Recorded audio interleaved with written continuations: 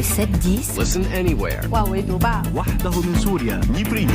sur France Inter. Et c'est géopolitique. Bonjour Pierre Aski. Bonjour Nicolas. Vous revenez Pierre sur les échanges de tirs hier entre le Hezbollah et Israël. Dimanche matin, la guerre régionale tant redoutée semblait avoir commencé. Mais à l'arrivée, le bruit et la fureur des jets israéliens et des armes du Hezbollah se résument à un nouveau round guerrier. Mais ce n'est pas la guerre totale. Il y a eu escalade, c'est incontestable. Les Israéliens ont déployé une centaine d'avions de combat qui ont bombardé des positions au Liban dès l'aube. Raid préventif selon Israël. Le mouvement chiite libanais a de son côté envoyé des centaines de roquettes, de missiles et de drones en direction d'Israël. Jamais les deux camps n'avaient mobilisé autant de moyens depuis le 7 octobre, qui marque le début de cette nouvelle phase de leur confrontation. Pour autant, l'escalade n'a pas débouché sur la guerre totale. Pas encore, pas cette fois, est-on tenté d'ajouter.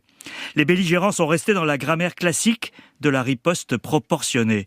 Le Hezbollah avait proclamé depuis des semaines son intention de riposter à l'élimination le 30 juillet de Fouad Chokor, un haut responsable militaire du mouvement chiite. C'est chose faite, sans pour autant déclencher l'engrenage fatal. Et comment Pierre s'explique cette limitation des deux côtés ? La tentation de la guerre totale existe clairement de part et d'autre. Du côté du Hezbollah, le nombre croissant de victimes depuis 10 mois dans les rangs du mouvement fait monter le désir de revanche.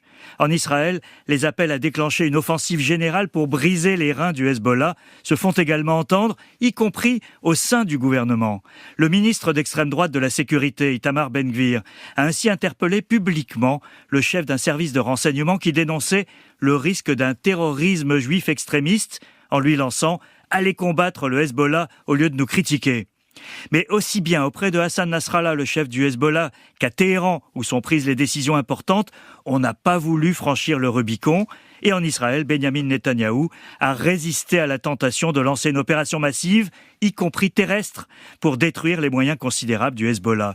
L'explication est que ni Washington ni Téhéran ne veulent de cette guerre et l'ont fait savoir. Mais la confrontation n'est pas finie, n'est-ce pas ? En effet, Nicolas, la poussée de fièvre d'hier n'a pas commis l'irréparable, mais elle n'a rien réglé. L'enchevêtrement des crises au Proche-Orient reste entier et sans solution. D'abord la guerre de Gaza, qui se poursuit avec son cortège de morts.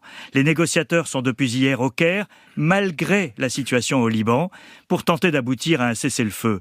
Le pessimisme est de rigueur, car ni le Hamas, ni le gouvernement israélien n'en veulent à ce stade. Seuls les parrains américains et arabes y ont intérêt, mais ça ne suffit pas. Et il y a l'Iran, qui a promis sa propre riposte à l'assassinat par Israël du chef du Hamas, Ismaël Haniyeh, le mois dernier à Téhéran, et qui fait durer le suspense. Les échanges d'hier donnent une idée du potentiel destructeur. La meilleure manière d'éviter la confrontation régionale est de cesser les combats à Gaza, mais la logique de guerre ne semble pas encore arriver à son terme. Pierre Aski, merci.